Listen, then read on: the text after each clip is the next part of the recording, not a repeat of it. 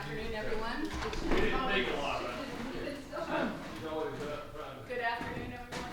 I am calling the Monday, June 5th Board of Supervisors regular meeting to order. One bit of information, Mr. Carney is joining us from electronically.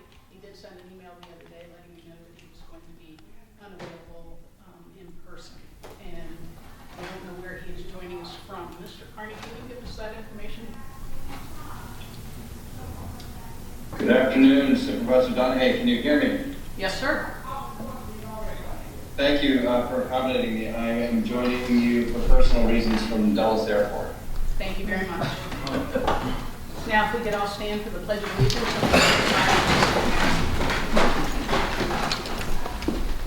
I pledge allegiance to the flag of the United States of America and to the republic, one nation, under God, indivisible, with liberty and justice for all. Moment of silence.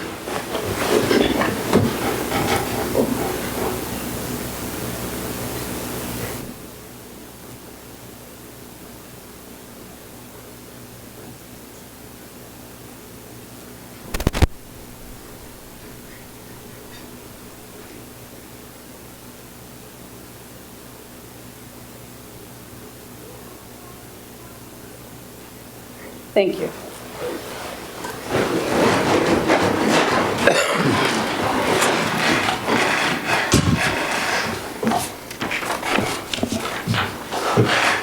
Madam Chair, I'll put forward a motion to adopt the agenda as presented and posted to board docs, please. We have a motion. Do I have a second? A second. We have a motion and a second. Any discussion? All those in favor say aye. Aye. Aye. Any opposed? Aye. Thank you, sir. We were going to have the superintendent here, but she's on vacation. Her report is on board docs. And Chief Gerald is running behind. He had an appointment he couldn't miss, but he will be here later. Madam Chair, if I could just go back to the school agenda item, just two small things. Yes, sir. First of all, as many people know, we had on Saturday, or the Park Authority had on Saturday, a family free fishing day. Mr. Elkins, who's in the audience, has coordinated all of this. And the FFA and Ag Academy students came out on Thursday evening. Madam Chair, you were there, and they formed a very efficient bucket brigade that resulted in 250 brook trout ending up in the stream, which is no small feat because it's a steep trail down to the river. So my gratitude to Michelle Fincham, Janie Jenkins, and others who organized that great help. And it was a great event, and I think most of those brook trout are now in freezers across the county and perhaps a few surrounding counties, but it was fun while they were in there. The second thing, just for the record, I want to mention that I've agreed to have a student from Rappahannock County High School who's interested in government shadow some of what I do in this capacity, and his name is Daniel Garcia. This is part of the Pathways Academy that Jenny Capsa at the school system and also Shauna Volmerick at the RAP-CE Center. They're coordinating it, and today is their orientation day, and then Mr. Garcia is actually going to attend our evening meeting as part of a series of meetings that he'll observe as part of this program. So I'm grateful for that opportunity. I just wanted to highlight the hard work of Ms. Capsa and Ms. Volmerick in this regard. Excellent. Thank you. All right. I'm going to go ahead and move into public comment. Anyone wishing to speak, please be recognized first. And when you're called up, please give us your name and the district you're in. And then you'll have 5 minutes or less. Yes, sir? I don't know what district I'm in. Come up to the mic, please. That's okay.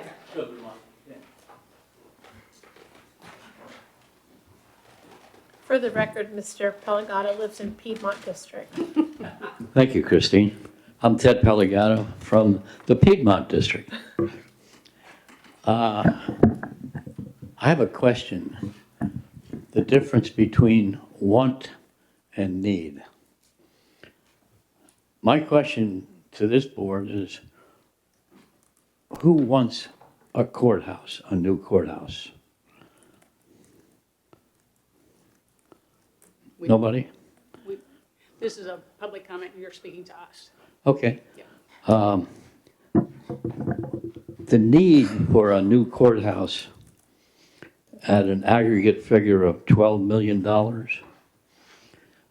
I'm concerned about that because of the statistics of the amount of poverty and low-income housing in the county.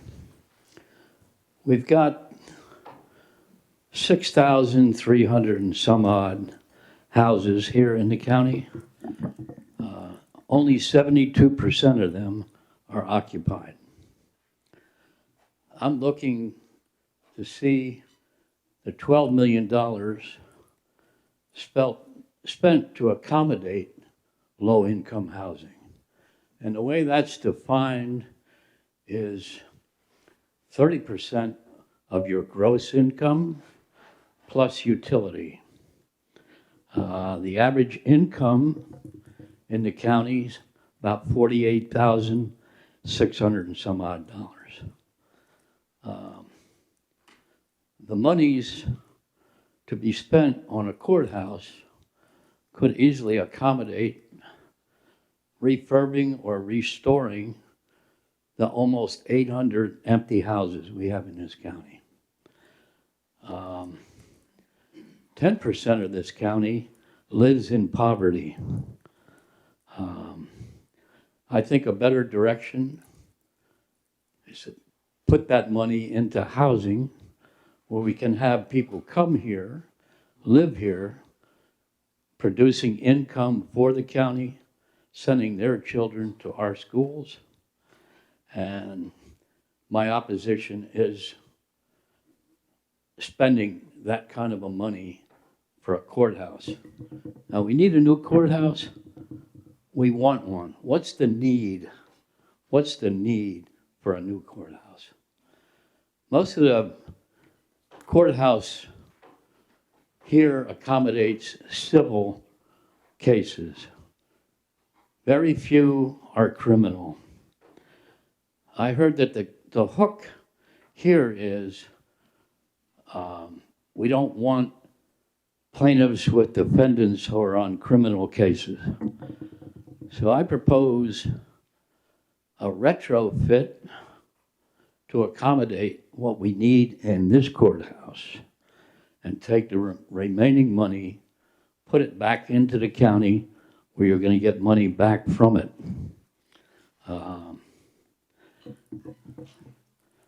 I go to a thought of crimes against humanity. This is Rappahannock, and we're treating our people like this here. I find the whole process to be shameful. That's all I got to say. Thank you. Thank you for your courtesy. Thank you for your courtesy and time. I'm Edward Timberlake. Ted and I just co-authored a piece in the Rappahannock News about affordable housing and discovered, yes, in fact, about 1,000 houses in the county are unoccupied. Caught me by surprise. The want-need issue is very simple. And I'll go back to the way in which the county developed with housing. From colonial days forward, when a family wanted to build out, had a new addition, or had changed in economic circumstances to the better, what did they do? They added to their house. They fixed it up. This courthouse is sacred. It goes back to colonial times. We can still follow the model of many of the families in Rappahannock by, as Ted said, punching out something. And to go to his point about the conflict in the waiting room, I understand it. Civil, the word is civil.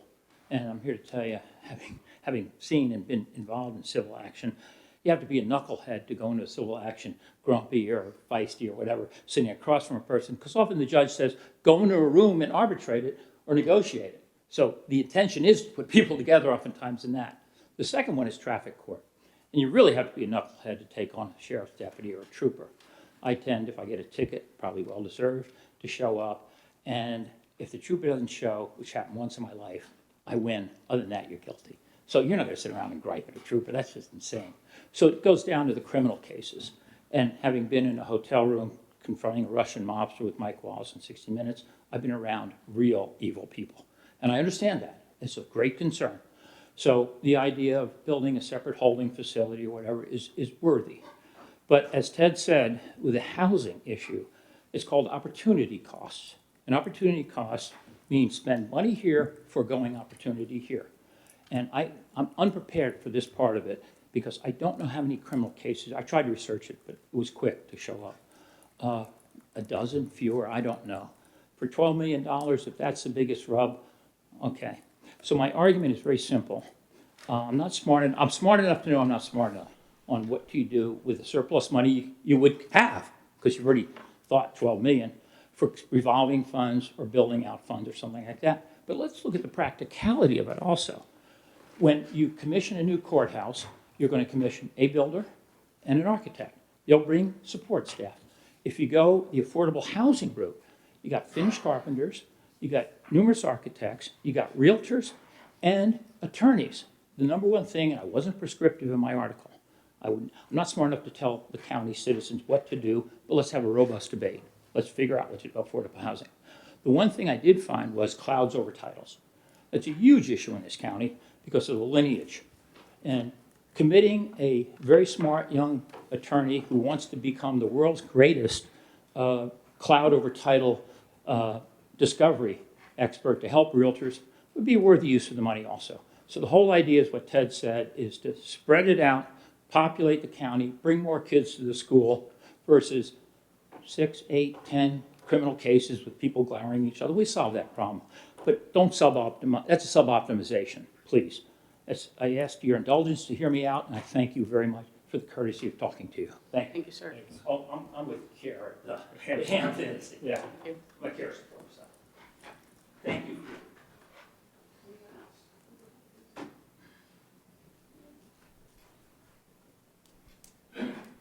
No one else in the courtroom. I'm going to go to Zoom because I see several names. If there's anyone on Zoom that wishes to speak during public comment, please raise your Zoom hand and Mr. Curry will unmute you.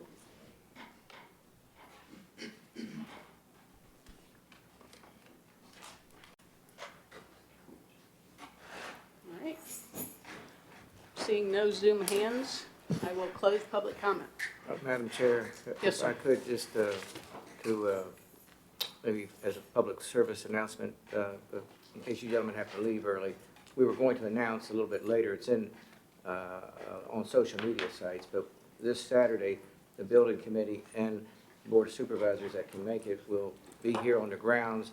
It's from 10 to 1, and we'll be able to talk and address some of your points. And I really appreciate y'all becoming involved and looking at the information that's there and working with it. But maybe you could, get a few answers to your questions on Saturday. Or maybe we could do something before then. I'm sorry? Saturday, the public forum? Well, out here, we'll be walking the site, All right. and we'll have some information and be able to answer any questions you have, and perhaps you can give us a better understanding of the information that you've uncovered. Thank you. Thank you. Madam Chair, I'll go ahead and put forward a motion that we adopt the consent agenda, please. I'll second that with the removal of the May 1st minutes. Okay, we have a motion and a second. So just accept that friendly I'll- amendment? Yeah. All right, we have a motion and a second. Any discussion? I just would request, I see we sent the check to businesses of Rappahannock, and it would be nice to get some feedback from them about how they spend those funds. Okay, so you comment quite but not pulling it out? No, I don't want to pull it out, I just would like to know what they're doing with it. So for the record, I'll amend my motion to match Mr. Frazier's second, removing, you said again, it was May 11th? May 1. May May 1st. 1, I'm sorry, May 1st, the May 1st minutes. Okay. We have a motion, a second. All those in favor say aye. Aye. Aye. Aye. Any opposed? Thank you. All right, Mr. Frazier?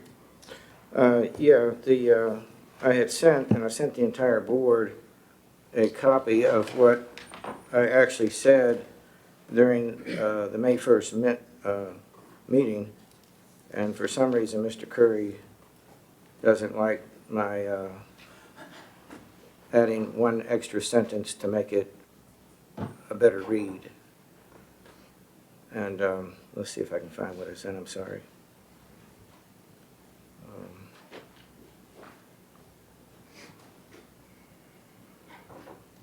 Anyway, it is my desire that we have the minutes reflect what I sent Mr. Curry, but it'll probably be better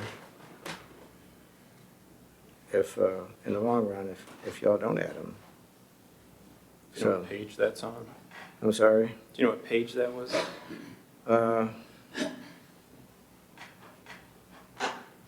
Let's see. It was, I sent it to you in email. It was, I'm trying to remember the. I think it's near the last page. I'm not sure what page it was. I'm sorry. Got all wrapped up in the nuances of, we'll find it here. I don't like this new format on the iPad. So,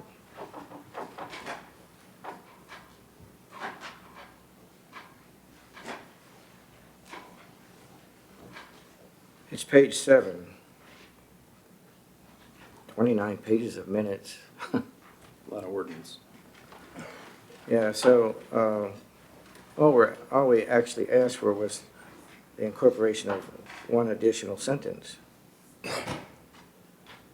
As Mr. Curry was writing the minutes in the third person, so they're not actually verbatim to start with. So on page 7, we're in the paragraph dealing with my comments.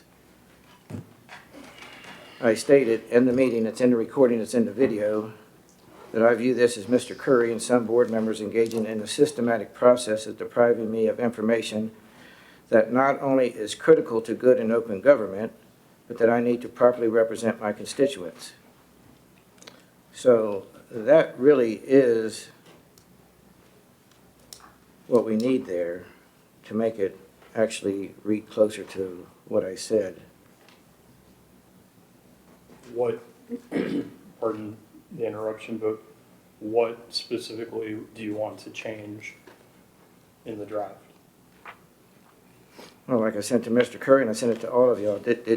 Were you able to read it? Did you pull it up? I thought we should just talk about it publicly. So what, you just said that you want to add one sentence. Well, it's basically adding one sentence, yes. Okay.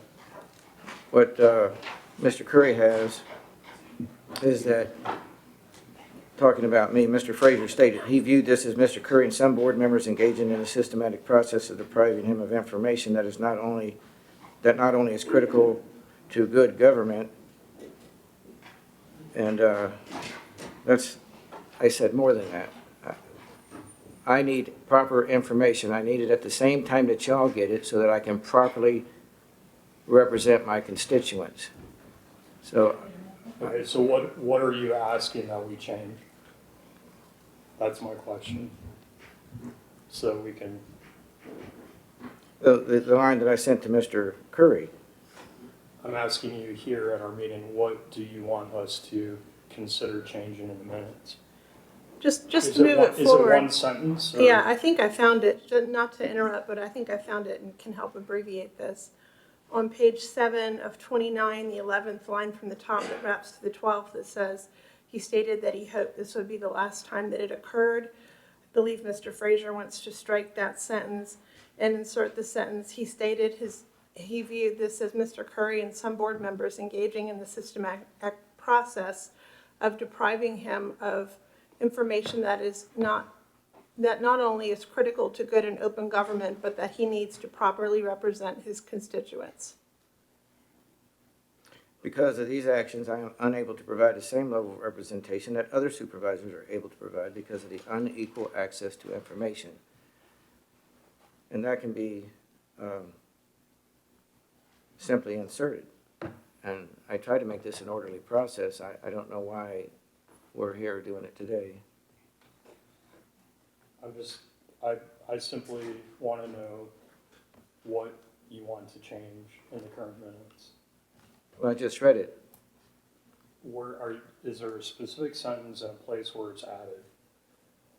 I'm sorry if I'm slow on the uptake here, but I'm not sure what I believe is in the minutes already reflects the frustration that you expressed at the last meeting. Excuse me, it's just not enough of it there. If you want a lot of frustration, I mean, that's what we're trying to get to, is why I'm frustrated.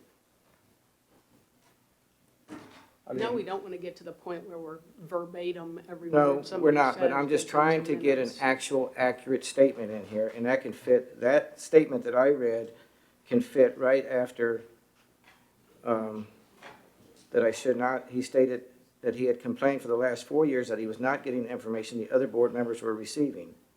He stated that no board member or the county administrator had the authority to determine the information. So you go on and you just read on down to where I make that statement. And that would be, I hope it was the last time it occurred, and right there you insert what I read earlier that I had sent to Mr. Curry and what I sent to all of y'all. I sent it to everybody. I mean, we all have the opportunity to make edits to the minutes prior to meetings, and I think this is pretty straightforward. It was requested in email, and we've read the section, the one sentence that can be removed, and the two sentences that are requested to be inserted. And I don't think we should hold up the meeting for this. It's just a little housekeeping. So I would make a motion that we adopt the minutes, striking the sentence indicated and inserting the two sentences from Mr. Frazier's email. I'll second that. Can you, I'm still not what clear. is the start of those two I thought sentences in the I end? thought you were going to insert a sentence and now it's remove a sentence and add two. I don't. No, No, he said remove a sentence initially. And the I think the sentence to remove is, he stated that he had been deprived of information that was critical to good and open government. Strike that Okay. and insert what I read earlier and what I sent to Mr. Curry and what I sent to the entire board. And that you got off of the audio recording. It's word for word, but I also gave Ms. Porras my written notes that I read from that day. So what I'm saying here is what I read that day and what I said verbatim from what I read. So it's not a matter of whether I heard it inaccurately or accurately. It's exactly what I had in front of me when I read it. And I gave Ms. Porras the written version, and I sent it to Mr. Curry. Okay, I think my definition of minutes is what's actually said in this meeting, not if you didn't read it thoroughly. I read what's it on the completely. paper. I Okay. read it completely. That's what I was asking, if it was exact. Yes, it's, So can you just bracket, at least tell me the first few words of the two sentences on the piece of paper that you delivered to my office, so I know I'm picking the right two sentences when they get put in? it should be he stated, and then the second sentence begins because of these actions. I can forward you the email again. I just He's want just to got to be make sure he's got the Right, two clear sentences. in whatever vote's gonna happen, what exactly is getting inserted. Mr. Curry, I sent you this a week ago. I don't have photographic recall of the email you sent me a week ago, or the emails that we had over the last several days about it. I just found it in my inbox by searching minutes, so I'm just trying to move it forward so we can get on to other business. Okay. So I'll just say, I sat here and listened to the letter that you read, and it seems that, in my view, number one, we were all very respectful toward you when you read that letter. And I think I actively apologize to you if I had, in some way, unbeknownst to me, run afoul of sort of your guidelines for how we ought to operate. And I couldn't have been more respectful. And I think that if we continue to go down this road, and this is, I think, the second time that you come back with revisions to minutes in the last 2 or 3 meetings, and the last time I had no issue with it, but here, you've read a letter, you've denigrated 3 of your colleagues and the county administrator in your letter. We listened to it patiently. We've made accommodations for, I'm not the only one. I think certain of my other colleagues also apologized and said, look, if you're accusing us of having done something we did, apologies. So I've tried pretty hard to be as respectful and professional as possible, but I feel like the way the minutes are written related to your letter, not to mention the fact that there's a full video record of your letter, you reading the letter. It's already, the spirit of what's already in the minutes encapsulates your frustration with all of us, and I don't know why it has to be piled on further. So I just say that I'm not going to agree to adjust the minutes, but maybe I'm alone in this regard. Well, this is the simplest way for this thing to go away and end, because if we no longer behave like that, then this will be the end of it. But if it continues, then next month we'll have a discussion about this discussion, and then the next month after that, it'll be discussion about that discussion, because the minutes will be the minutes from the month previous, and this will not go away. Does that make any sense? It really didn't. But we have a motion and a second. Do we have a second? Did Mr. Frazier second it? He seconded for discussion, yeah. All those in favor say aye. Aye. Aye. Any opposed? Nay. Thank you. I didn't get Mr. Carney's Nay. vote. Thank you, Mr. Carney. Thank you. All right, now we're moving. I'm Did sorry. did you vote? I did. I voted fine, yay. Okay. Mr. Gerald is online. I don't know if you want to slide things around to accommodate that. That would be good if we can amend the agenda. So moved that we amend the agenda to now begin the company 4 monthly report to the board and insert that in prior to the F appointments agenda item. I will second. We have a motion and a second to amend the agenda. All those in favor say aye. Aye. Aye. Any opposed? Did we get you, Mr. Carney? Aye. Thank you. Mr. Gerald, if you're available, Mr. Curry will unmute you. And- I have to ask to unmute him. Okay. Don't give me all that power anymore. They don't? Okay, I think he's live. If you'd like to give us your presentation, sir? Yes, thank you. Just checking, make sure you can hear me okay. Yes, sir. Clears the bell. Okay, thank you, and I apologize for not being able to be there in person. I had a personal appointment that I had to take, and it was sort of time sensitive, so again, I apologize. I'll go through my speaking points rather quickly, just so that we don't belabor the issue. We continue at Flint Hill Volunteer Fire Company to remain in what I refer to as phase 2 of the revitalization plan. And that goes for, again, about 10 months. So we're focusing our efforts on training and certification of interested members, interested as in those interested in a variety of different classes. I'm sorry, did someone have a question? No, we're good. Keep going. Okay, let me back up. Last weekend, we were planning to host what's called a basic pump operator course at Flint Hill and at Sperryville Fire. And the instructor had a family emergency, so we moved that class to this coming weekend. So Saturday and Sunday all day, we'll have some number, I believe it's about 7 or 8 people taking this basic pump operator course on how to operate fire pumps, which is a wonderful, wonderful thing. We have one person I mentioned before that completed his Fire 1 certification, and yesterday afternoon he went on his first outside fire and was able to help extinguish that successfully. So good for him that 1, he finished his class, and 2, he was able to get out on a call and actually provide the services that he trained himself and others helped train him on providing. So good for him. We continue to work to affiliate folks to the Rappahannock County Fire and Rescue programs, and And we had, I believe since my last briefing to you, I believe we had maybe 4 or so new applicants to Flint Hill Volunteer Fire Department and to the Rappahannock County Fire and Rescue affiliation process. So we're still doing well there. We are still today, I briefed on this last month, but still today, unable to hold membership meetings.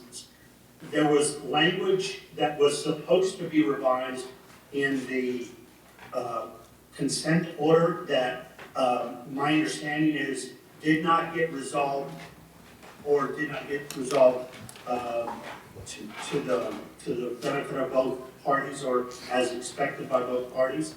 And so as a result, that continues. Now, because the court date that we all, I think, are aware of occurs on the 16th of June, the expectation is that maybe that consent order just sort of gets melded into the process. We've already canceled what would have been a June 5th, actually this evening, June 5th meeting of the membership for Flint Hill Fire. So the expectation is that it will be the July, whatever the first Monday in July meeting will take place. So with that comes what we call the first reading and then eventually a second reading of new applicant members to the fire company. So that's taking place now. We're supporting our community. We have 2, I'll call them big events taking place around the firehouse hall and the grounds outside of the firehouse. We have the CCLC, which is the Child Learning Center, is using our fire hall for sort of a day camp kind of a thing for a bunch of kids. We've worked through a lease program and everything else, and they already have kids staying there at the hall during the day with, of course, CCLC supervision and everything, so that's taking place. And then outside on what we call the carnival grounds, we have it's called a church camp, but it's really sort of a revival that takes place for about 5 or 6 days. It started last night with a sort of a dinner, and then they have sort of a church revival kind of events taking place in the evening, starting at about 7 in the evening. Apparently, this has been a thing for many, many years, and a good thing for someone like Flint Hill Volunteer Fire Company to support. So those things are in progress now, and things are working well. Last month, I provided you some general numbers about the number of calls that the company has run, and I wanted to give you an update on that. The calls are the calls. It depends on what calls we get dispatched on at Flint Hill Fire, whether it's EMS or fire, of course. And to date, we've run about 127, or we've been dispatched on 127 calls. 81 of them are EMS and 46 are rescue. And what I've been doing is trending against last year. As an example, and it's just a trend. And it's interesting to me that last year at about the same time, Flint Hill Fire Company was dispatched on about 75 total calls, that's fire and EMS. And this year, same time in the year, it's about 127. I don't know if the other companies are seeing the same increase, but it seems like a great metric to track for us and put maybe even the emergency services coordinator, because in our case at least, we're seeing more call volume. Now, sometimes that's supplemental to help another company or another area with the call that they've received. So I just, I'm sure Mr. Curry and Darren Stevens and Sean Polster can maybe use that kind of information, which is available to them because we pull it from the same reporting system that we have otherwise. Outside of that, a lot of time, I can tell you, for at least the appointed board, and definitely for me and myself, a lot of time is being spent in preparation for the court date. We're receiving a lot of different kind of requests for information from what I call the legacy member representation. And so a lot of energy and time is being put into making sure that we're responsive to that. So outside of that, I'll answer any questions that you might have. Thank you. Yes, and again, I apologize for not being able to be there. Nope. It just, I'm dealing with an issue that personally that I just have to attend to. Yes, sir. Any questions for Chief Gerald? I just wondered about those numbers you gave us, Mr. Gerald, were they annual, the number of annual calls? The 71 No, versus sir, 1? those numbers are total calls to date, so year to date. And what we do is there's a tracking system that all of the fire and EMS companies use. It's called ESO, and it's where we input all the call information that we run. And I have someone pulling those metrics or that data from that system for us. So it's just, to me, it's an interesting situation to see that last year at this time we had 75 calls dispatched, and this year to date we've been dispatched to 127. So just close to half as much, or twice as much. And just an interesting metric that I'd be curious to see what the rest of the county is seeing with regard to numbers like that. But that's just curiosity for me. Okay, and a follow-up question. Those 81 EMS calls, those were where the ambulance was dispatched? Yes, sir. How many of those were transports? For Company 4, none. What happens on a dispatch call like this, we respond, and I may have mentioned this before, but we, because of the situation we're in with having no EMTs that are eligible to provide care, what happens is we go to the call dispatched as driver only. It's up to the ALS 1400 and to any other company who might be on that call. And then, of course, the patient themselves. Some of the calls, and I don't know the numbers, but some of the calls, it's a patient refusal. They say, no, I'm fine, I'll get myself to a doctor or whatever.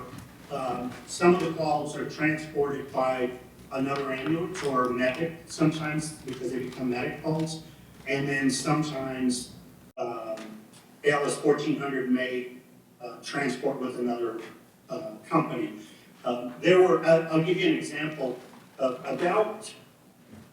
I'll say about 3.5 weeks ago, I was dispatched, Company 4 was dispatched on a early morning call. It was about 3 o'clock in the morning. There were 4 ambulances sitting in the person's driveway for that one particular patient. And I think Company 3 ended up transporting on that call. But the other 3 ambulances that were dispatched and continued to the scene until everyone was placed in service. So you have 3 ambulances that went home back to their station and 1 transported. So those kinds of things happen. Sometimes you need what they call manpower. I say it's resource power, but you need more resource to help prepare the patient, load the patient, get the patient into the ambulance. So it really depends on the call and the situation and the circumstance of how that patient is going to be handled that determines whether or not we or anybody else transports. I hope that answers your question. Yes, sir, thank you. Yes, sir. All right. Thank you so much for attending by Zoom. And Yes, thank you. we look forward to hearing from you in July. And if you have any questions afterwards, you're absolutely welcome to forward those to me, or Mr. Curry can get those to me. I'll be happy to answer for you. And again, I apologize for not being there in person. Thank you, sir. Thank you. All right. Thank you for that. Now we are going into appointments. Madam Chair, I'll put forward a motion to appoint Miss Lisa Palmer to represent Rappahannock County on REMS, which is the Rappahannock Emergency Medical Services Council, with a term ending June 2026. I'll second that motion with many thanks to Ms. Palmer for volunteering and also to Mr. Gore for his many years of service. He always represented the county very capably and gave wonderful reports at the monthly meetings. We have a motion and a second. I too saw her resume and I thought, wow, she's perfectly suited to fill that role, and I'm glad she is willing to give her time for that. Because this has been a little bit of a different appointment than many of yours, Ms. Palmer's not here, and so it would be appropriate to amend your motion to I will- waive informalities. Yeah. I'm not doing very well on motions today. I'll amend my motion with the stipulation that we're waiving formalities. Informality, any informality. Any informal. And I'll waive formalities and informalities in a second. We're basically waiving the requirement that people be here in person when they're appointed, so. I still second. All right, we have a motion and a second. All those in favor say aye. Aye. Aye. Any opposed? If you Thank waive you. informalities, what are you waiving? Anything you didn't do right. All Oh, right. I see what you mean, okay. Old business, Never heard that phrasing. classification and compensation study. Ms. Jewell. Yes, good afternoon. There you go. So this report is an update on the classification and compensation study that has been going on for quite some time at this point. The last significant update that you received was in December, and you've received some smaller updates since then. But this is kind of a comprehensive update, reminding you what the information was that was provided in December, and then kind of finalizing that information at this point. So, while today is an update, we are not seeking the board's action at this meeting, but we'll do so at the July meeting so that any action that the board may approve in relation to these adjustments can be reflected in the July 14th paychecks.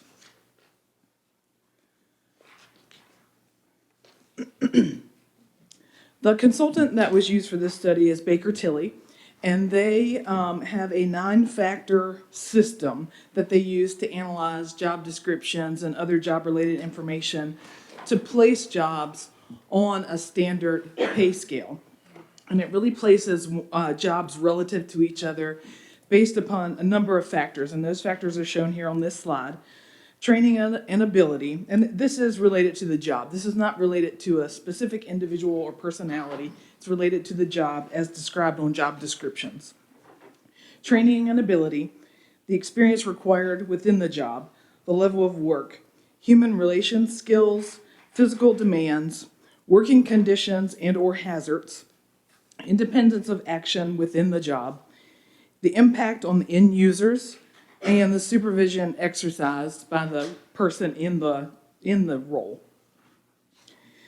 Baker Tilly reviewed employees' responses to job questionnaires quite some time ago, and at that time, what were standard position descriptions to assess these 9 factors.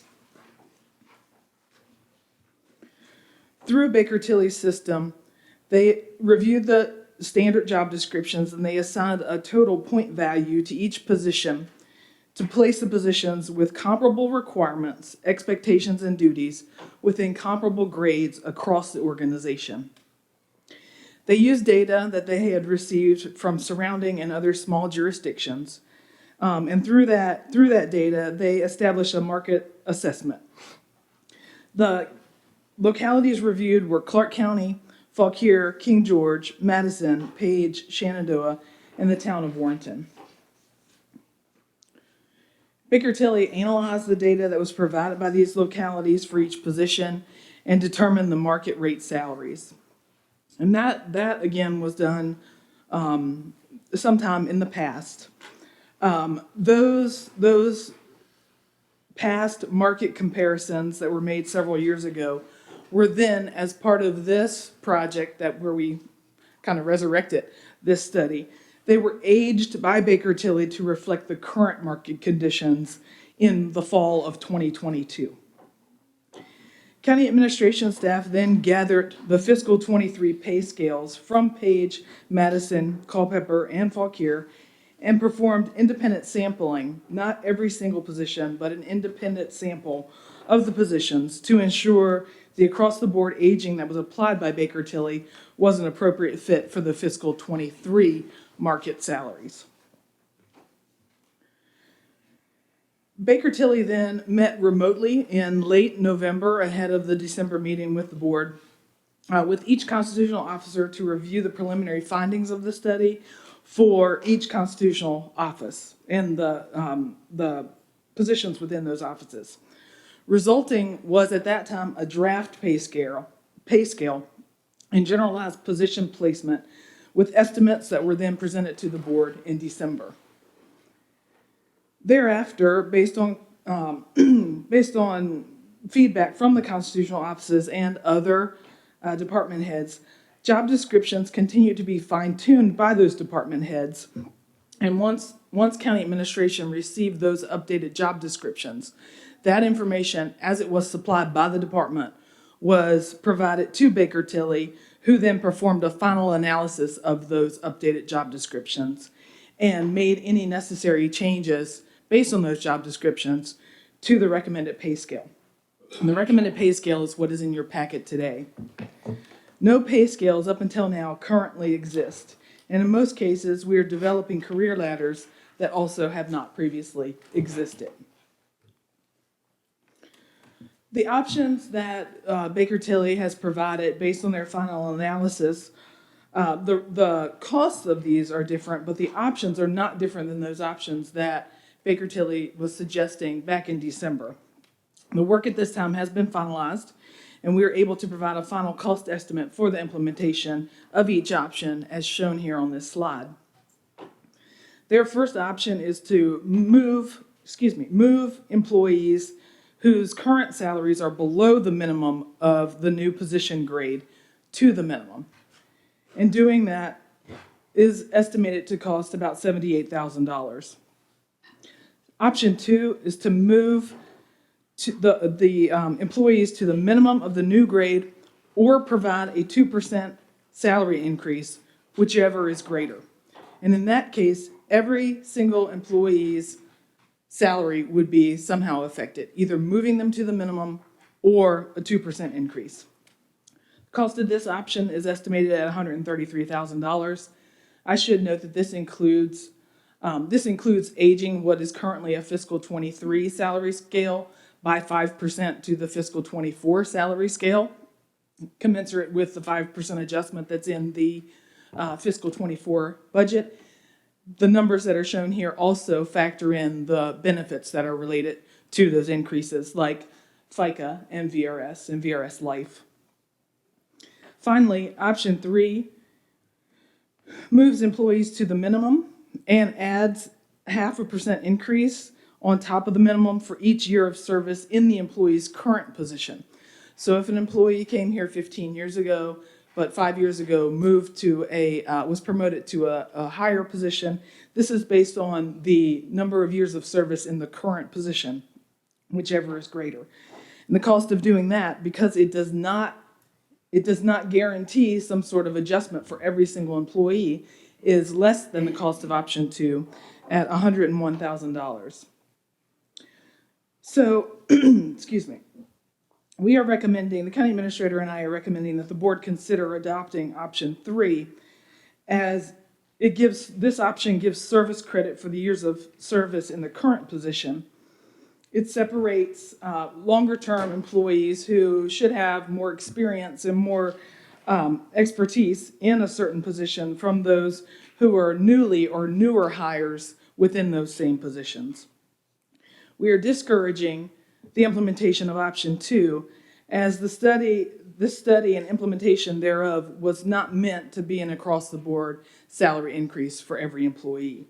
And I will remind you, and I know that you're very well aware, that the fiscal '24 budget does include an across-the-board 5% increase that will apply to any of these options that is adopted by the board. We will not make use of the $150,000 that was budgeted in the current fiscal year, fiscal '23, for this salary adjustment or this pay implementation. And we were anticipating that when we recommended a budget to you for fiscal '24, and you, as part of your adoption of the fiscal '24 budget, included $157,500 in the fiscal '24 budget for implementation of this salary adjustment.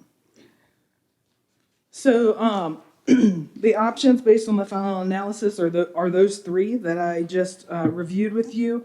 This slide here is meant to kind of give you an indication of how many employees each one of these options would affect, and where folks are relative to the minimum, within the range, or above the max. So currently, based on the recommended pay scales, there are 18 employees who are below the minimum of their recommended pay scale.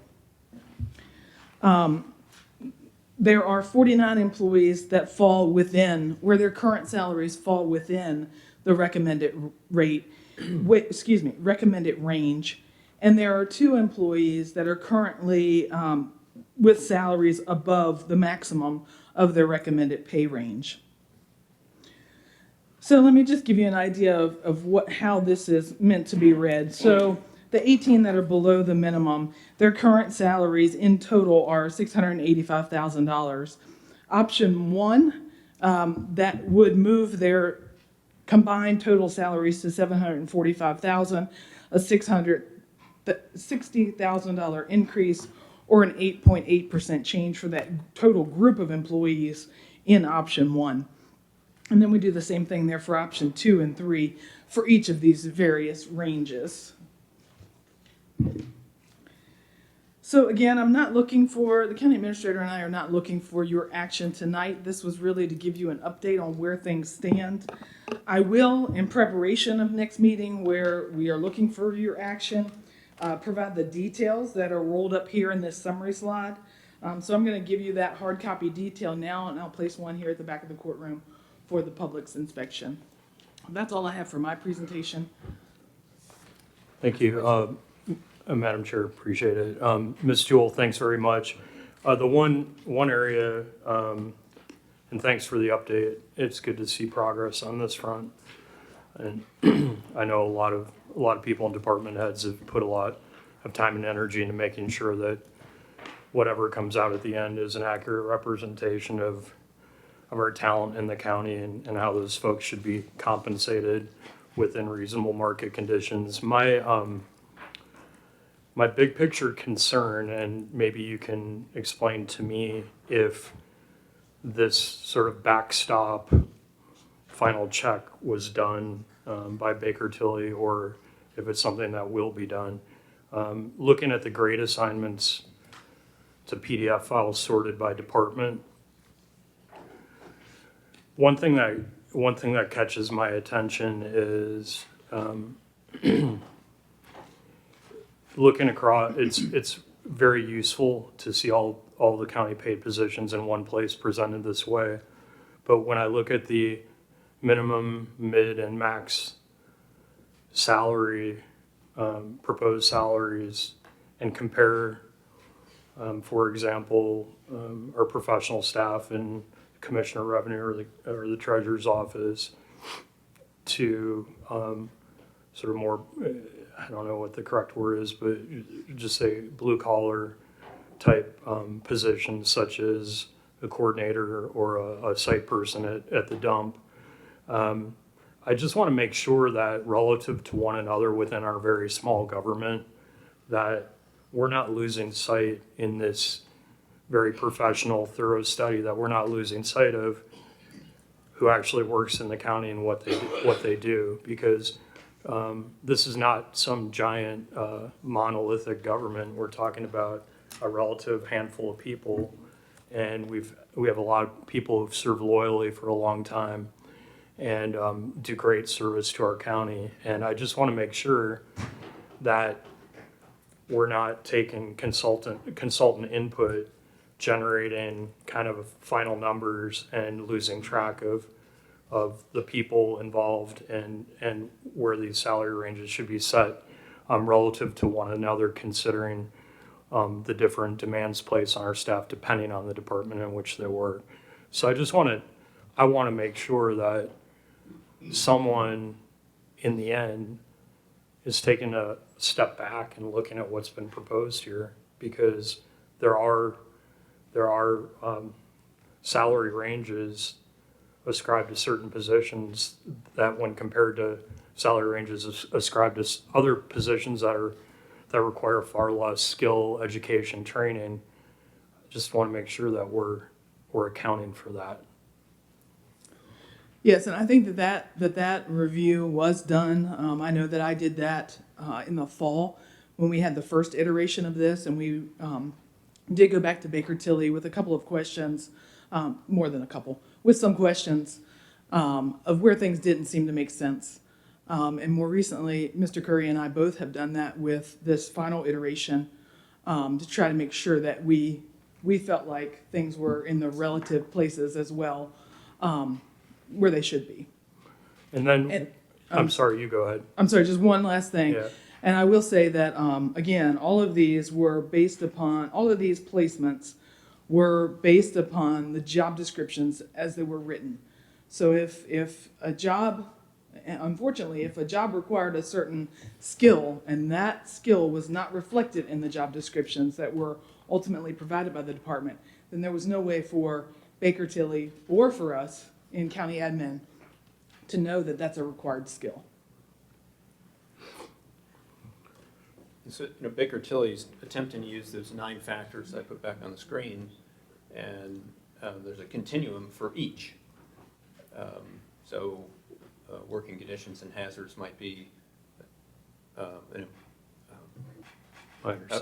big factor in one job and not a big factor in the other, while training and ability in another might be a big factor, while working conditions is not. And so their objective process is intended to try to compare completely different types of positions. And, it's not easy to do. Right. So you noted that in December, I think you said not a lot has changed since December in terms of sort of the final analysis. I wonder if you could just talk about what has changed if you. So the placement, most positions remain where they were placed in the report that I gave you in December. But all department heads were given the opportunity to revise their job descriptions, and many did. I think there were about 20 job descriptions that came forward as being revised and that were then sent to Baker Tilly to re-review and replace. And of those,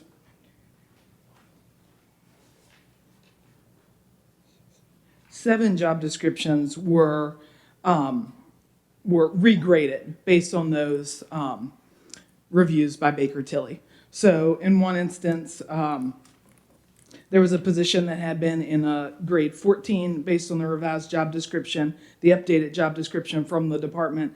Baker Tilly is now recommending a grade 15 instead of a grade 14. So when I'm saying things changed or grades changed, that's what I mean. So those grades change in response to job description information received from the department heads. Okay. Which are then rescored against the 9 factors. Yes. Calculates out to whatever total, and then that total aligns with the grade, which places the position on the grade scale. Yes, sir. Would you be able to answer why Baker Tilly used most of the, but not all, of the surrounding counties, but used King George? They used the counties that responded to their survey request. So if a more local county didn't respond, they didn't have the information to be able to do, to be able to include that locality within the survey, or the study. And this goes back to the very beginning of the program before Bonnie was here. They were also trying to model similar situations where, in a lot of ways, a bedroom community.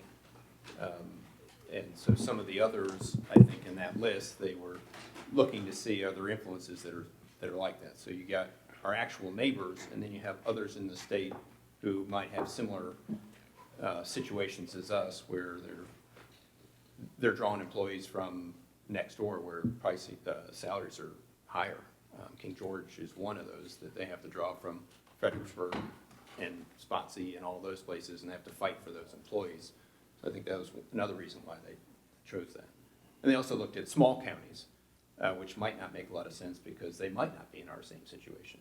If you're a Matthews, you're fighting against Middlesex and Gloucester, which is not the same thing as trying to hire against Fauquier or Prince William or one of those. Right, well, I can understand that, but I didn't see Warren on Everdo's page. I don't think that we Yeah, they might not have responded. get much of a bidding war with Page County as we might with Fauquier and Warren. I try to recruit from Page every opportunity I can. It's hard for Yeah, them but to I'm travel saying through Rappahannock. it's probably to not, get to- the reverse is probably not true. We probably don't have to worry about our workforce picking up and moving over the mountain. Recent conversations with Ms. Crooks about that. She's made some offers to individuals from that area who basically taken our letter to their bosses and they bashed them and they haven't come. So it's getting hard everywhere. I wonder, this is a lot of detail and relatively new information. I wonder if we all might not benefit from a work session on this before we consider adopting anything in July. It's a good idea. I would like to Yeah. hear from our constitutional officers, department heads, and get additional input from the public before we take it, or even consider taking any kind of action on this.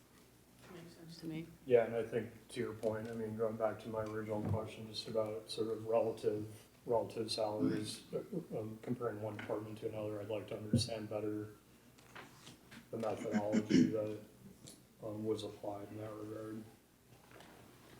And it looks to me now, based on the information that is available, that job descriptions for some could be edited again or for the first time, or maybe there's assistance needed in finalizing some of the job descriptions to allow them to be where they need to be. But I agree the work session would be the easiest way, and that way we can get feedback from everyone that's interested in speaking. Do we need to, would you prefer to set that now? Or That would be the most convenient if you can identify a specific date, time, place, then this I meeting think could y'all be are continued planning to to that do meeting. a broadband meeting, right? No broadband meeting this month?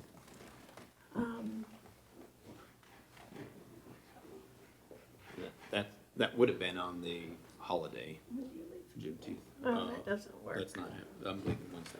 We live Wednesday. It's all on Bonnie.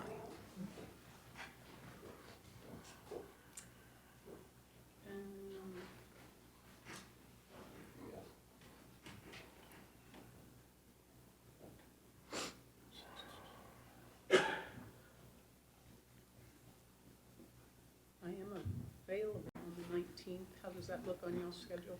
Well, it's a holiday, so I would not want to ask our constitutional officers on that day.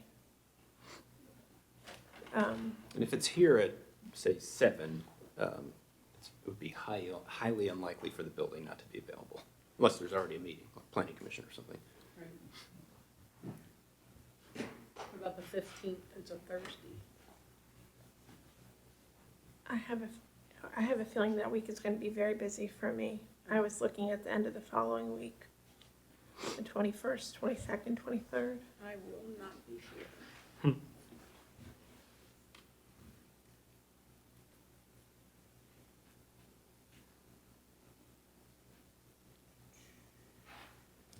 Anyway, I'm flexible, so just let me know. About the 20th.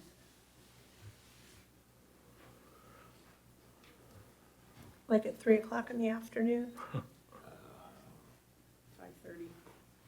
I can't make 3. I need to be in the evening. Yeah, if it's too early in the day, then you really, without checking the calendar, we can't count on this space. I could. What day are you looking? Late 20th. on the 20th, I could accommodate that. 20th. I think that's probably the best. Mr. Fraser? It's fine. Mr. Carney, are you hearing this? I don't think he's going to be Back? I will not be here. Okay. I'm available at the last week in June, but I will not be. I won't be here the last week in June. All right, maybe we should just put this off and figure out when we can call a meeting. Right, so the schedule that was presented by Ms. Jewell was the thought that the board might want to take action at the July meeting so as to have any salary changes reflected in that first paycheck. That doesn't have to happen. The 5% will go into place for that first July paycheck. And if the board wants to take more time to digest the information, it could happen in the August paycheck. Or whatever you want to do, and it'll just all be prorated to. Let's revisit it, and if we have to call a meeting, or at our July meeting, we can decide that on a work session. Okay. Or we could put it on the agenda for July with the knowledge that it's gonna be a discussion as well. Might be able to clear the decks to the evening. Yeah. Might be able to push a lot of the agenda to the evening. I don't know Or what, do a work session before the 2 o'clock. Yes, it does. We just have to eat our Wheaties. Vacations are getting into it. should we just come back to this later? Unless we can settle on a date now. Maybe we have the majority of us on the 20th, that Mr. Carney can't attend, but could submit questions if he's got them. Sure. Mr. Carney, I don't want to speak for you. How would you feel about that?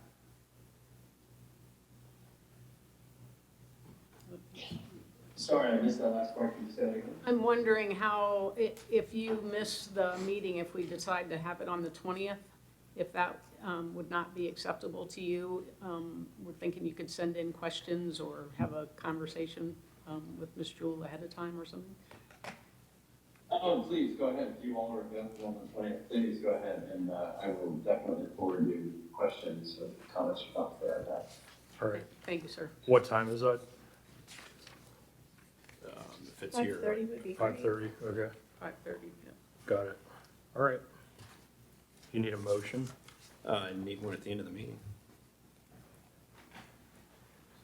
Okay, so 5:30 on the 20th. And I just want to ask, I think I understand this from the notes, but for the two people that are above the proposed grades, they won't receive less pay or That's correct. anything like that. That's So correct. it's They not won't. impacting for They'll them. get the 5% COLA.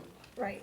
Okay. I just Right, wanted to in make fiscal sure. '24, along with everybody else, yes. But in only in option 2 here would they receive any adjustment. And that's the option where everybody is either being moved to the minimum or a 2% increase, whichever is greater. Okay. Sounds good. Thank you. Thank you, Ms. Jewell. Thank you. These details in advance of next meeting. To continue the Oh, meeting. is that how we're gonna do it? Yeah, Okay, thank you. it's probably the cleanest way. Oh, break out the magnifying glass. It's everybody's responsibility to remember to read. I don't get 2.5, so. Thank you, ma'am. 2.5. But there's days that those aren't good enough. Thank you. Thank you, ladies. All right, going to 3, which is the Chester Gap Volunteer Fire Department paid staff agreement.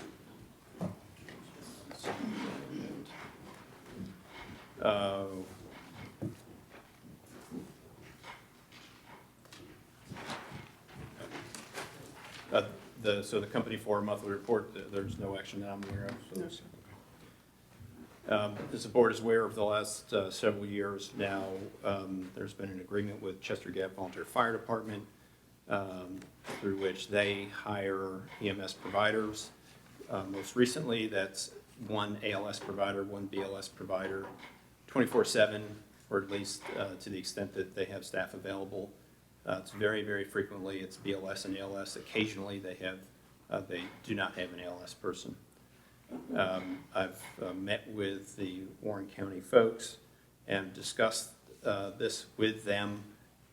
We've specifically discussed insurance and then making sure that workers' comp insurance was properly in place, and I've discussed that with our Baycorp folks, because it is an odd situation. We have Baycorp policy for all of our volunteers. All of the individuals who provide this service to Chester Gap are volunteer members of Chester Gap, but they're paid volunteers. So ran that to ground. They were comfortable with the arrangement and that workers' comp does in fact convey. The discussions I've had with Warren County have focused on the labor requirements for the employees. They're currently now categorized as contract pay employees with Chester Gap. And so based on those conversations, I looked over the agreement, and previously the paragraph that you see that says it's further agreed that CGVFD shall provide an ambulance properly certified and provide people. That was a whereas paragraph rather than an agreed paragraph. Didn't really make sense. So the first agreed paragraph was the county will provide money. So now, and basically just said the county will provide money. That was what was agreed in this agreement. And the preamble included what we were providing money for. Now, it says that the county will provide money, which is the same 40-60 split of the same dollar amount from last year. In exchange, Chester Gap will provide an ambulance properly certified to support a medic crew, and that Chester Gap will provide personnel following state and federal labor law requirements for the program as necessary to properly staff the apparatus. Just to be clear, the responsibility is on them to manage their staff however they think is necessary to meet the requirements of the law. And it's further agreed that reimbursements are only subject to submission of a monthly quarterly invoice, and of course you're only obligated up to the $120,800. That number is consistent with the number that was included in the adopted FY24 budget. And then lastly, that we all agree we're going to look at this again starting in January of 2024. So this is ready for action? We're not waiting on Warren County to do anything? No, and so I suppose there's a scenario, and the last I talked with Mr. Daly, he said they're good, they're ready to go, but if there's something happened there, then Chester Gap would only get half their funding, or Okay. 40% of their funding. Well, I would go ahead and recommend that, or I'd go ahead and move that we adopt the memorandum of agreement for support of the Chester Gap Volunteer Fire Department as presented in today's packet. A motion. I'll second that motion. We have a motion and a second. Discussion, I can say that Chief Brown thought the document was fine. So any other discussion? Yeah, since Mr. Curry raised the wordsmithing issue. Uh-oh. So it seems that in these memoranda of agreement or understanding, whereas constitutes, I guess, background information, and then the terms of the agreement should be phrased differently. My question is, and I appreciate the correction on what is agreed upon, but I wonder if the phrase, the fifth and sixth phrases, those should also be part of what is agreed upon, with the 60-40 split phrase remaining as part of the preamble. Because, yeah, go ahead. Yeah, I suppose you could arguably do that. My thought was that sets up the details behind why 120,800 is the right number. Okay. And quite frankly, if they use the 120,800 from some different organization, we are going to get the right people that use the money however they want. I guess was my thought. Any other discussion? All right, roll call vote. Mr. Frazier? Aye. Ms. Smith? Aye. Mr. Whitson? Aye. Mr. Carney? Aye. And I also. They can Thank you. send some melting pot pizza in appreciation. All right, we have got the strategic plan for Rappahannock County Fire and Rescue. Ms. Smith asked for this item to be added to the agenda I think to provide information regarding the work of the clearing that's been going on. I'll allow her to. I did just ask Mr. Curry if we could have some discussion time for this on the agenda today. I was not sure who all had been engaged for interviews, and I know we all have received some of that information, and I had talked to a few folks that have been, I would say, lifetime, long-time volunteers and officer positions, and just happened to bump into them and ask how their interview went. And I was surprised in several instances to learn that they weren't on the list of interviewees, which I guess in doing 30 or 40 interviews, you're not going to capture everybody. But I was surprised to learn we have people on the list as an interviewee who have not resided in the county for a number of years. And I know that was under the criteria historical perspective, but I would say recent history is just as important as history long ago in our fire and rescue community. So I just was wondering how everyone else was feeling about how the interviews went and what the next steps were.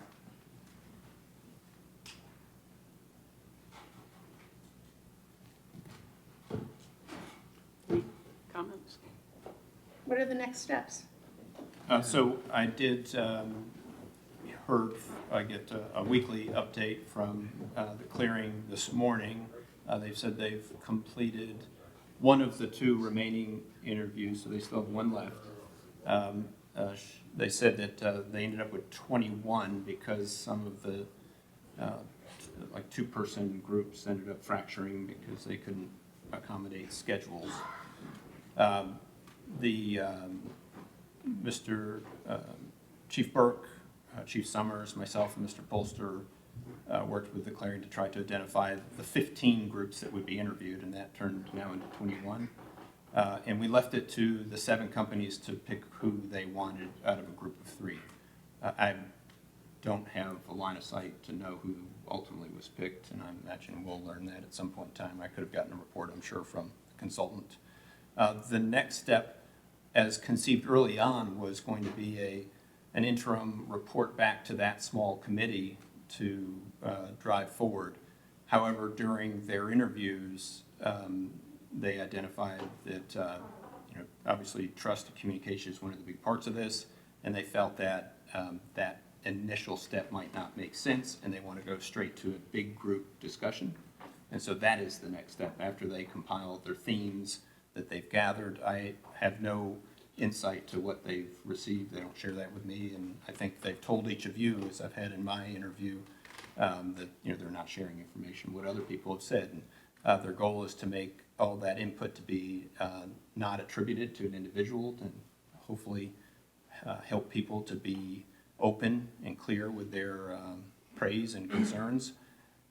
So she asked in her email this morning when at the end of June, beginning of July would be a good time to do that, and I explained that that's going to be one of the hardest things that she ever accomplishes, is figuring out when it's going to be a good time to have 7 companies and the 5 board members all available to do this important meeting, and have those companies identify who from their organizations should or must be there, and who from the overall group must be there, and then get a doodle poll out with a whole bunch of dates and see what can happen. So that's the next step, is try to set this meeting end of June, beginning of July, which I know there's overlapping vacations. Okay. And I mean, that would seem like it would need to be a public meeting. Oh yeah, because it'll all the bodies have to be involved. a called meeting of the board. I'm not a FOIA officer for the association. They can decide what they think they need to do. The various other bodies that the board has, whether it's public safety or fire levy, there's likely to be 3 or more there, so we'll have to notice that 3 or more might be in attendance, but we'll have to go through that whole process. Okay, I just wanted to get a perspective on what to expect, because it does seem like that's not very many interviews for the task at hand. Yeah, as I shared privately, there's a balance of making sure that the key individuals for the companies and the board are engaged, and make sure that information is involved, and balance that with an overall picture that doesn't somehow marginalize those key individuals. So you have a president and a chief who give their position on a particular situation, and then 15 other people from that company provide a different position. What is the position of that company? And so expanding the pool doesn't necessarily provide clarity. I understand that, but like I said, when I see historical perspective, it contains someone that hasn't lived in the county for a number of years, I am concerned with the list. And because of, okay, it might only be one person and maybe there were 30 interviews, but that's still, 3% of the input that they received. And if they had received different input for that 3% of the input, they might have a very different perception of what's going on. Sure. Yeah. I also noted that it probably would make sense further to, at whenever this meeting is, allow some sort of public input so anybody can provide any additional information. Sounds good. All right. Moving on to the pole-mounted speed display signs. How long have we been talking about? November 2021, and I think a year in theory before that. Not long enough. I did get out and survey each of the sites. There's just too many other things. You've got building committee, zoning, and lawsuits that are just sucking all of my time. So I have not applied for the permits. But we know the plan, right? We already talked about that and settled on it. You say you have applied for I it? have not applied for the permits. Well, you're fixing to leave in 2 or 3 days. Is anybody gonna be applying for them? I don't think so. Not until the end of June at the earliest. What is so complicated about that? Well, doing multiple things at one time is the difficulty. So, Wait a minute, I think we gotta get this thing nailed down one of these days. if this is in fact the board's priority, I will stop work on everything else and only do this. But that's not been my sense with all the other things that have been passed along since this. Well, I think been it's a identified as a- priority that we continue moving on this. Yeah, and I heard that you definitely want things in place by fall, so I'm doing my best to manage all of those other tasks. The problem with some of those lawsuits and zoning issues is because we didn't apply ourselves in those times when we needed to. So by not, that's what happens when we don't apply ourselves properly when we need to, it escalates into other problems, and that's where we are with every one of those issues. And so I guess if you're suggesting that I've caused the lawsuits, then I can Well, understand that. no, I'm not saying that you caused it, but you have been instrumental in it because sometimes you're stopping what you're supposed to be working on and doing the bidding of 1 or 2 members, and we had talked about that sometime in the past, that you can't work for 1 or 2 members, you're supposed to work for the board. And then here we are, and you complain about you've got all these things on your plate, you can't get other things done, and some of that is because of that very reason. That could be debated. I respectfully disagree that I'm. Well, you can doing bidding respectfully of disagree, but I can individuals. point to certain facts. The thing on 7 Ponds Road is because it was ignored. All right, the agenda item is about pole-mounted speed signs. Hopefully we can get them done by the fall, right? Yes, sir.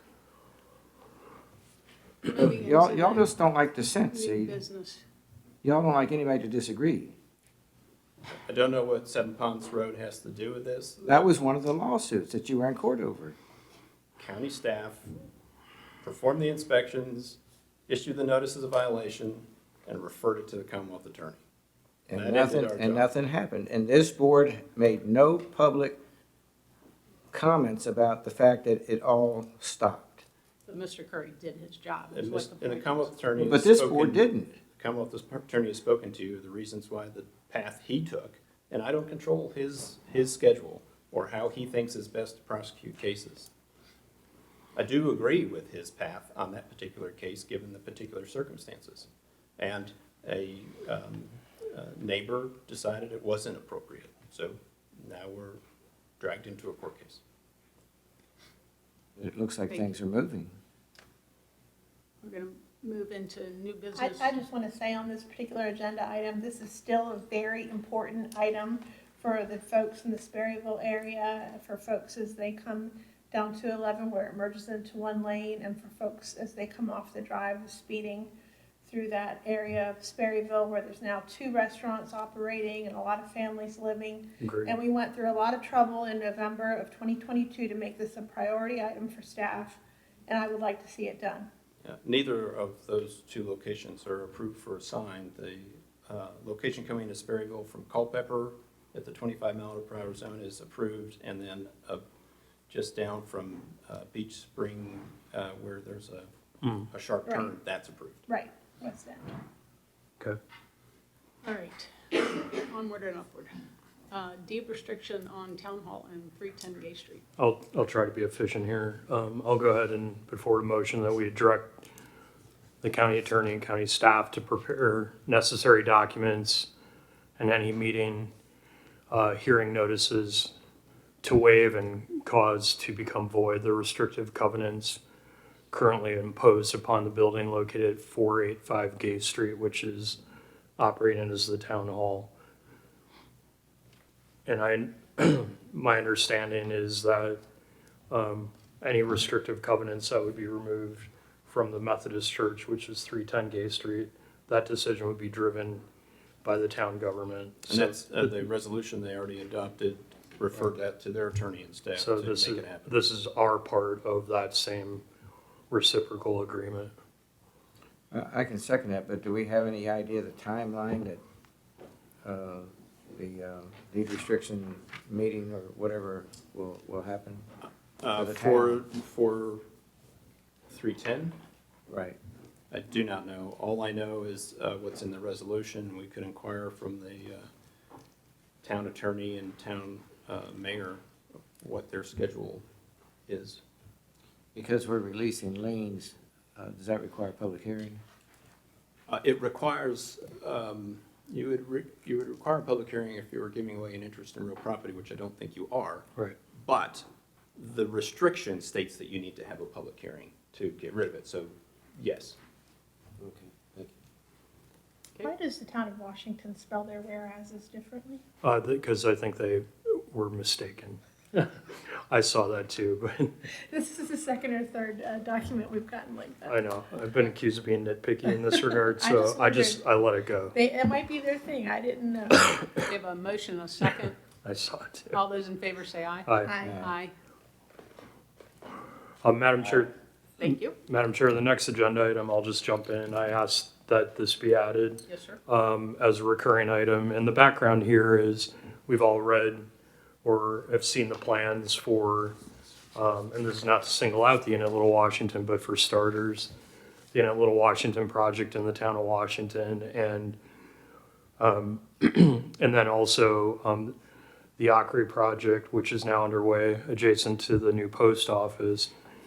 And as issues might come up related to those very, by Rappahannock County standards, significant projects, I just want to provide all of us on an ongoing basis a platform where we might discuss issues that arise in the context of such new economic activities. And the idea here was driven in part by different citizens who have approached me for different reasons, expressing concerns about the scale of the contemplated in a Little Washington project. And I did go to the Architectural Review Board meeting that the town government held recently, and did speak during public comment just to emphasize that the relationship between an institution like the Inn and people who live in the county and have to navigate the town of Washington is a fragile relationship. And I think in particular about people who are towing horse trailers and cattle trailers and hay trailers. And just one example of the types of people I think that we as a local governing body should always protect. And so to that end, if there are specific action items that might be required to compel VDOT or any other organization to make sure that the town continues to function despite all of this new development. I at least want to have a mechanism from a board perspective to take any such action. So the idea was to have a placeholder here, and hopefully there won't be a lot to talk about, but I anticipate there might be. And finally, one citizen mentioned recently to me concerns about the effect of the lighting of the new expanded Little Washington project. And while a lot of that will be addressed, specifically dark skies, a lot of that will be addressed, I think, by the town's own planning commission. Still, that citizen expressed concern that there wouldn't be ample opportunity to speak publicly or to offer input on what happens there. So if nothing else, if we as a board feel compelled to make a statement or take some action vis-a-vis these ongoing projects in the town of Washington or elsewhere in the county, I think that it would be stronger if we're unified in this regard. So that's the background and why I've added it. And I don't have anything acute or overly concerning right now to bring up. I just wondered how all these plans are going to affect our building department. I mean, I imagine that at least this phase one project, a part of the project of the Rush River Commons has been plan reviewed. There's been obviously building permits issued, but if you've got inspections going on there at the same time that you've got building plan reviews required for the thing at Little Good Washington, point. we got to basically. Sure. A lot of times we handle that by offering to the greatest extent possible third-party inspections to accelerate their experience where it's allowed by code. And so they have the opportunity to do that, and it costs them money to do that. Can't be used for everything, but we've found that some of the more aggressive development type projects prefer to do that so as to not be reliant on our schedule. So I think it'll be a balance. And we might find if those happen at the same time, we might have to bring extra support in. Of course, there'll be significant fee revenue that should help support that. Yeah, I just familiar with the way that they do it in Culpeper. They bring the plans in, they sit in the corner for 3 weeks. Plan review is a different matter, and it's a lot of work, a ton of work. Yeah, and you can miss things if you're rushed through it. So you can use third party for that. I don't know that we've done that We before. try not to do that. Although, in the commercial, it's a whole different world. A lot of people are used to residential, and commercial requires a design professional to be engaged. So usually you get much better plans to start. Thank you, Mr. Whitson. Moving into the information reports and correspondence, board committee reports. Building committee. Building committee, as I mentioned earlier in the meeting, this Saturday is the meeting on the lawn, if you will. Lemonade and cookies and ribbons and flags, and hopefully a balloon will be here. Hours are 10 to 1. We'd like as all the board members to get here, and it's unfortunate that we had to put it off to this weekend for Mr. Carney schedule, but Mr. Curry won't be here either. Unfortunately, we also can't delegate things to him because he'll be gone for another week or two after that. So that would be the proper time to do something like that, I think. Anyway, we hope that we get a pretty good turnout. The weather's promising to be good. And we would like to see a good turnout, and hopefully everybody can see what we're, talking about, and this board can come back together because the building committee needs direction after this. So you said 10 a.m. on Saturday? 10 to 1, yes, sir. So what I will do is, as I did for the event that was canceled due to weather, identify as a gathering of the board and the building committee, no agenda, no action, anything, but there might be 3 or more gathered during that period of time. Do you know if that gravel got smoothed out on that access Yes, road? it did.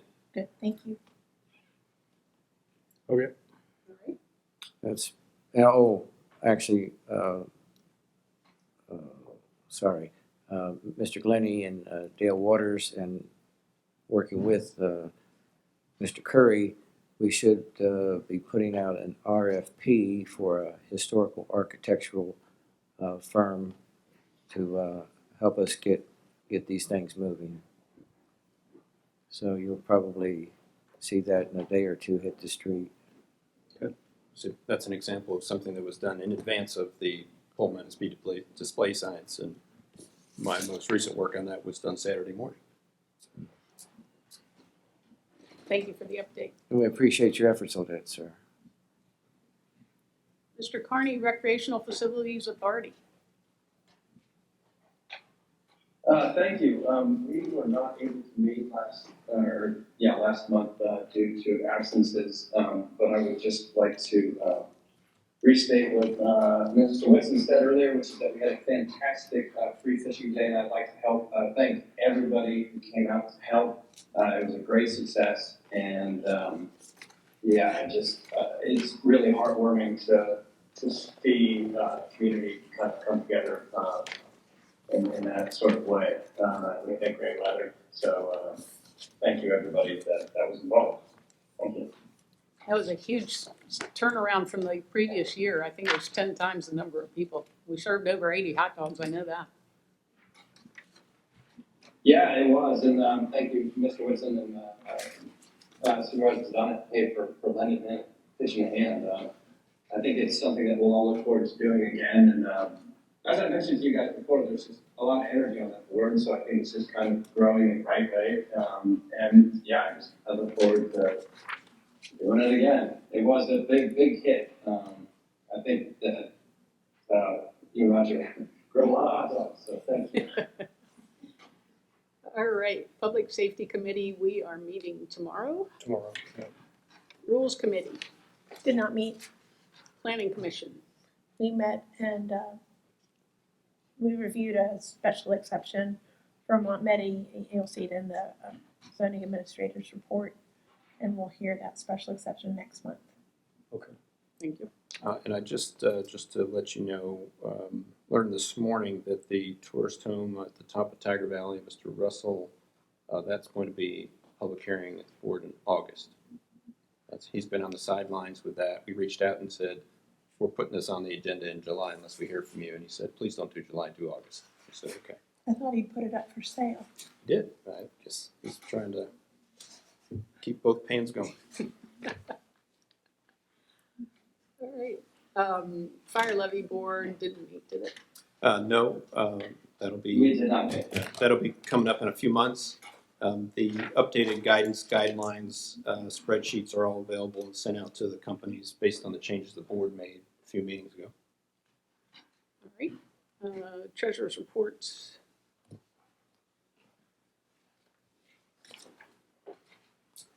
Answer any questions you have. Don't think there's anything really out of the ordinary.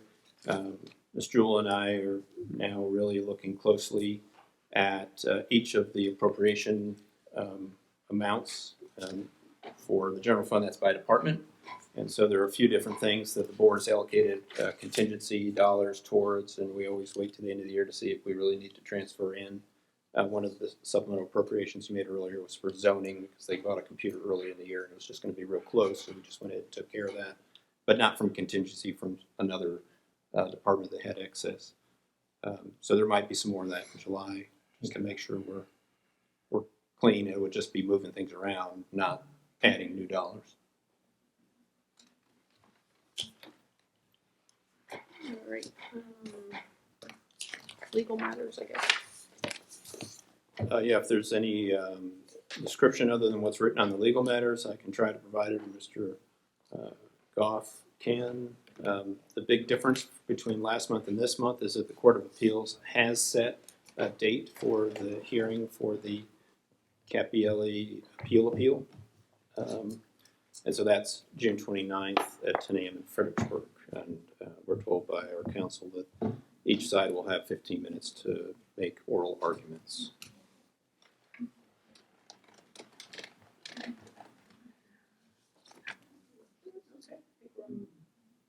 nothing else in there, I think we're moving on to matters presented by the board. Oh, I wanted to maybe, knowing that we're gonna be getting, or we anticipate an increase in zoning permits, maybe it would be helpful to see more tracking of sets of plans and inspections compared to previous years or previous months.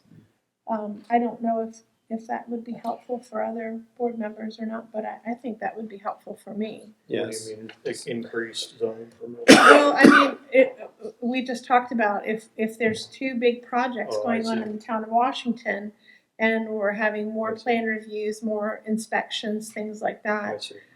99 inspections seem like a lot to me when I read this over. Yeah, it's over a month. So the building office includes in their short report 22 and 23 information year-to-date totals.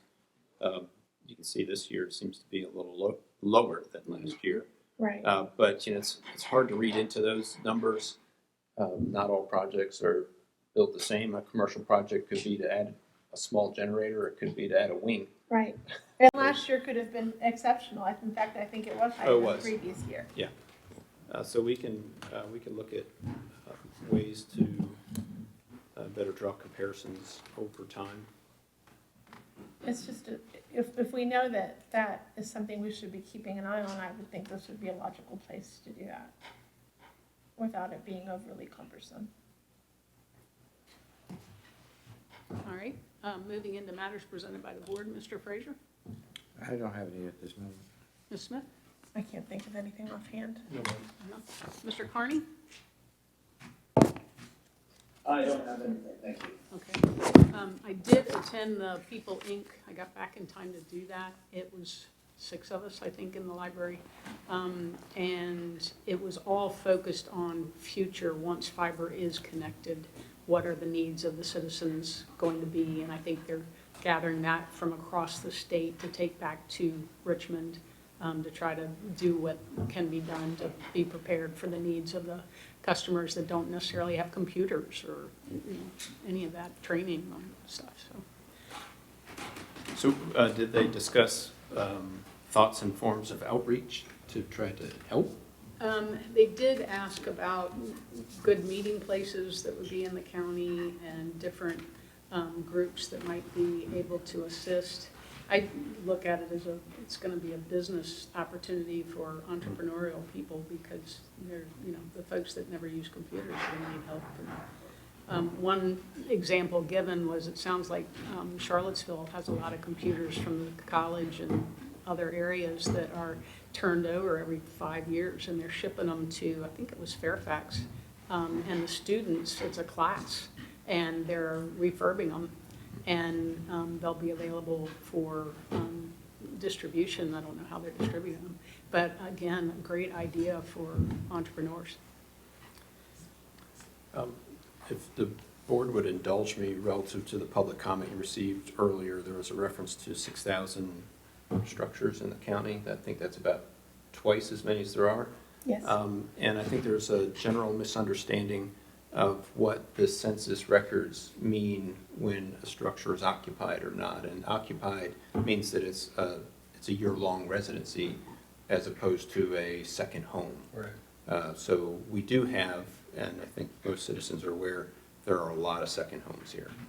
And a lot of vacation homes that people are renting out for short-term rentals, and those all count in that unoccupied data. So I don't think there's an opportunity to go find all these structures and fix them so they're habitable. I think many of them are probably more habitable than my personal structure, and they're just used on the occasional weekend. People may have a problem with us seizing them for government use. Probably so. You think? But they might like us to invest in their Right. renovation. If there are some tenant houses on a Right. farm that are dilapidated, there might be opportunities. We've there. talked about that and maybe stopping short of, like, as tax abatement outright is not allowed, or at least I think you told me that. Right. The farm property renovation program, which FIPRA is the idea. But it's incentivize people to maybe take currently uninhabitable tenant houses, and I assume that that has to be a subset of the number of unoccupied residences, right? I don't have any idea how they get their data. They probably Yeah. extrapolate from the ACS, which is the long form questionnaire. How they get accurate information, I don't know. The one incredible piece of data that jumped out at me when the last census came out, I'm pretty sure I'm correct about this, over a 10-year period from the last census, there were exactly a reduction in dwelling units in Rappahannock County of 18 total units. And this Rush River Commons project, they're adding back Is 18. 18 units. So as Rappahannock goes, no Zero change. change. Right, but I do think that that subset of, abandoned or not used tenant properties, if there's something we could do to incentivize fixing those up. Yeah, I think you have full control over your fees for zoning and building, and you could find ways to waive those but you'd need something linked to that. So Yeah, I don't know that you would want to do that and have it turn into a short-term rental, right, because it doesn't help. correct, that, yeah. Well, a friend of mine did some work in Culpeper. It was a community development block grant. And there was some unscrupulous people that basically had the equivalent of a chicken coop fixed up for rental properties. But the deal was that you couldn't sell the property for 5 years after going through that program, because obviously there would be a profit made off of public dollars that came through that program. So there's programs out there, and we have here in this county, the board adopted it some years ago, that if you have a derelict piece of property that's bringing in very, very minimal amount of tax dollars, if you fix it up, we can waive the increase in taxes for 5 or I think it's up We to talked 10 about years. that with the commercial aspect. But it could be for all properties, I suppose. believe it is. But obviously, they can't fix it up if they don't have any money. Right. The CDBG has plenty of strings. So, I know this board has been adverse to some of the stringier grants. It's one of them.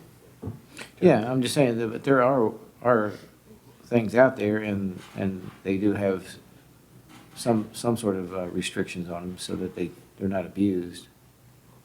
But waiving the building fees, it isn't much money. No, it isn't. If you don't have any money to fix your property up, they don't get fixed up.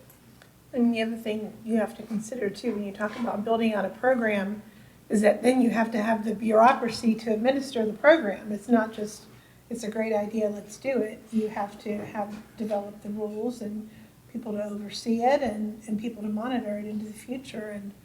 And I had a conversation on a different note with a gentleman from Habitat for Humanity, I guess about 2 years ago now, and I suggested to him, the best way in Rappahannock County would probably be if they could do loans to homeowners to incentivize having a long-term rental by making a loan to a homeowner. And that's just not, like, they can't do that. It's not a problem or a program they've developed, and it didn't sound like it was a program they would ever be interested in developing. So I just wonder if they can't do it, I would worry that we probably won't be very successful either.